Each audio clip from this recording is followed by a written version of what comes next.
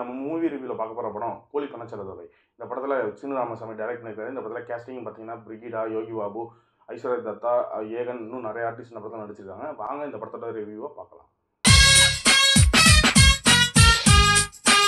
இந்த படத்தோட கதை என்னன்னு பார்த்தீங்கன்னா, ஹஸ்பண்ட் மிலிட்ரிக்கு போயிருக்கும்போது ஒய்ஃப் வந்து தனியாக ஒரு அஃபேர் வச்சுருக்காங்க. அதை கண்டுபிடிச்ச ஹஸ்பண்ட் வந்து ஒய்ஃபையும் அந்த அஃபேர் உள்ள பையனையும் கொள்ளலான்னு ஒரு இடத்துல கட்டி போட்டு வச்சிருப்பாப்புல. அங்கேருந்து அவங்க எப்படி தப்பிச்சிருவாங்க. அந்த துரோகத்தை வந்து மன்னிக்க முடியாமல் என்ன பண்ணுவாருன்னா, அந்த 2 குழந்தைங்க, அவங்க 2 குழந்தைங்க இருக்கும். அந்த 2 குழந்தைங்களையும் கொண்டு போய் அவங்க ஒய்ஃபோட அம்மா வீட்டில் போய் விட்டு வந்துடுவாங்க. அந்த பாட்டி ரொம்ப முடியாமல் இருப்பாங்க. அப்பயும் அங்கேயே போய் விட்டுட்டு வந்துடுவார். எனக்கு இந்த பிள்ளைங்க தேவையில்லை, நீங்களே வச்சுக்கோங்க அப்படிங்கிற மாதிரி சொல்லிட்டு வந்துடுவார். அந்த பாட்டியும் கொஞ்சம் நாளில் இறந்துருவாங்க.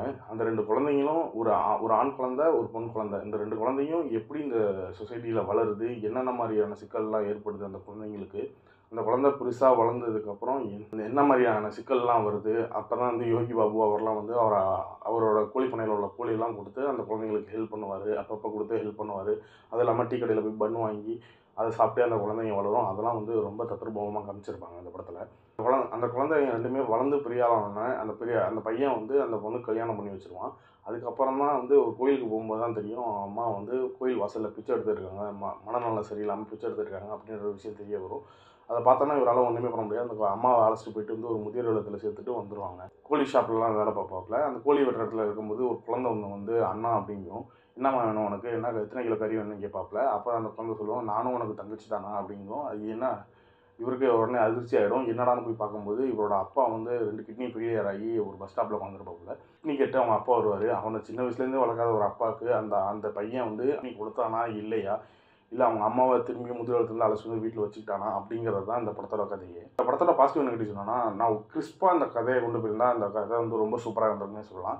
கதையை விட்டு வெளியே அந்த குழந்தைங்க எப்படி வளர்ந்தாங்கிறதே வந்து ரொம்ப நாளைக்கு காட்டிட்டு இருந்தாங்கன்னே சொல்லலாம். அதுவே நம்ம பார்க்குறவங்களுக்கு கொஞ்சம் இரிட்டேஷன் ஆகிற மாதிரி தான் இருந்துச்சு. இந்த படத்தில் யோகி பாபுவோட காமெடி ஒரு சில இடங்கள்லாம் மட்டும்தான் ஒர்க் அவுட் ஆகிருந்துச்சு. எல்லா இடங்கள்லையும் ஒர்க் அவுட் ஆகலை, கனெக்டும் ஆகலை. ஏன்னா அந்த படத்தோட பிளாட் அந்த மாதிரி இருக்கிறதுனால அந்த சீன்ஸ்லாம் வந்து யோகி பாபுவோட சில காமெடிஸ்லாம் வந்து ஒர்க் அவுட் ஆகலான்னே சொல்லலாம். சீனு ராமசாமியோட டச்சை இந்த படத்தில் பார்க்க முடியல. அங்கங்கே படத்தோட கண்டினியூட்டி மிஸ்டேக் அந்த மாதிரி எதுவுமே கிடையாது. ஆனால் வந்து படம் வந்து கிளியர் கட்டாக எடுத்துருக்காங்க. ஆனால் இது வந்து ஸ்டோரியில் தான் நிறைய பேருக்கு ஒரு அப்ஜெக்ஷனாக இருந்துச்சுன்னே சொல்லலாம். எனக்கும் அந்த ஸ்டோரியில் தான் கொஞ்சம் அப்ஜெக்ஷன். ஏன்னா இவ்வளோ தூரம் வளர்ந்து வந்த அந்த பையனுக்கு அந்த ஒரு கிட்னி கிட்ட அவங்க அப்பா எப்படி எந்த ஃபேஸை வச்சுட்டு திரும்பி வருவார், எப்படி இதான் என் பையன் அப்படின்னு கண்டுபிடிச்சாருனோ இதுவரையும் அதில் வந்து ஃபுல் ரிவீல் தான் பண்ணலை.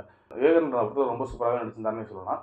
அவரை சுற்றி இந்த கதை நடக்கிறதுனால வந்து அப்புறம் ரொம்ப இன்னும் கொஞ்சம் அதிகமாக பெர்ஃபார்ம் பண்ணியிருக்கலாமோ அப்படின்ற ஒரு ஃபீல் ஏற்பட்டுச்சுன்னே சொல்லலாம். யோகி பாபு ஆஸ் யூஷுவல் அவரோட ஒரு சில இடங்கள்ல தான் காமெடி ஒர்க் அவுட் ஆகல. ஆனால் யோகி பாபு இருந்தனால தான் இந்த படம் ஓரளவு பார்க்க முடிஞ்சுன்னே சொல்லலாம். படத்தில் லேகன் பார்த்தீங்கன்னா இந்த படம் ஒரு 2 ஹவர் தான் கொஞ்சம் சுருக்கி ஒரு 1.5 ஹவராக எடுத்துருக்கலாம்.